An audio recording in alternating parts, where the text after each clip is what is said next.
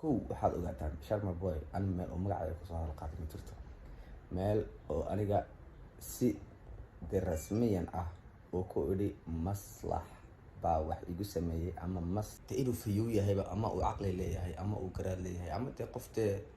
dhammaystiran inaad tahay horta in mararka qaar aniga muran baa iga gala inaad fayuuda xataa ma haysto sababtoo ah ramadaan baa lagu jiraa bil khayr baa lagu jiraa dee ma kow horta adi kow su-aasha kuweydiina waxaa weeye kaba imaw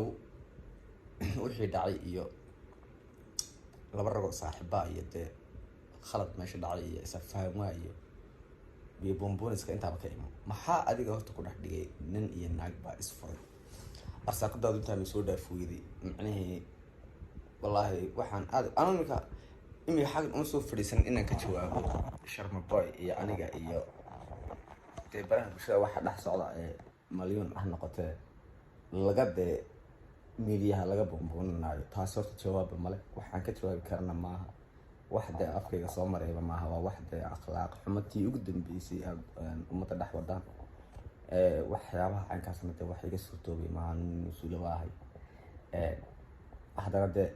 waxaan aad ula sii yaabanahay anu nin xaasle baan ahay mar dhowaan caroos ahaa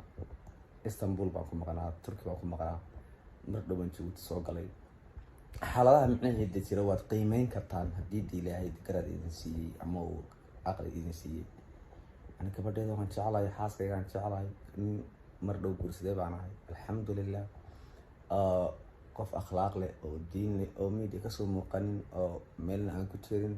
oo edeb leh oo family wacan kasoo jeeda oo media waxaaba aan daneynin oo buuqaygu yaryahay ayaan qabaa alxamdulilah ilaahay siina waan ku mahadcelinayaa balse laakiin waxaan aada ula yaabay dadka meel ay ii soo maraan la-aa macnihii dee horta kow waxaad ogaataan Sharma Boy an meel oo magacayga kusoo halqaatay ma jirto. Meel oo aniga si rasmiyan ah oo ku idhi maslax baa wax igu sameeyey ama maslax mideeye meel uu ku taabtay ereyga macnihii magacayga ma jirto. Haddii ay jiri lahayd bay waajib igu noqon lahayd haddii ay wax jiraan iyo haddii aanan waxba jirinba inaan kasoo jawaabo, laakiinse arrinkaas wax aan kasoo jawaabi karna maaha, wax meesha yaalana maaha, wax garna u baahanba maaha, dee afkayga ma soo mari karo. Midda kale idin sheegaya war bir labada mar ugu jiraa naga xishooda annaga bariis naga raadin maysaan annaga haddagu soo khaldamnaa ma nihin dadka bariiska laga raadinayay ma nihin dad la isku diri karo ma nihin dad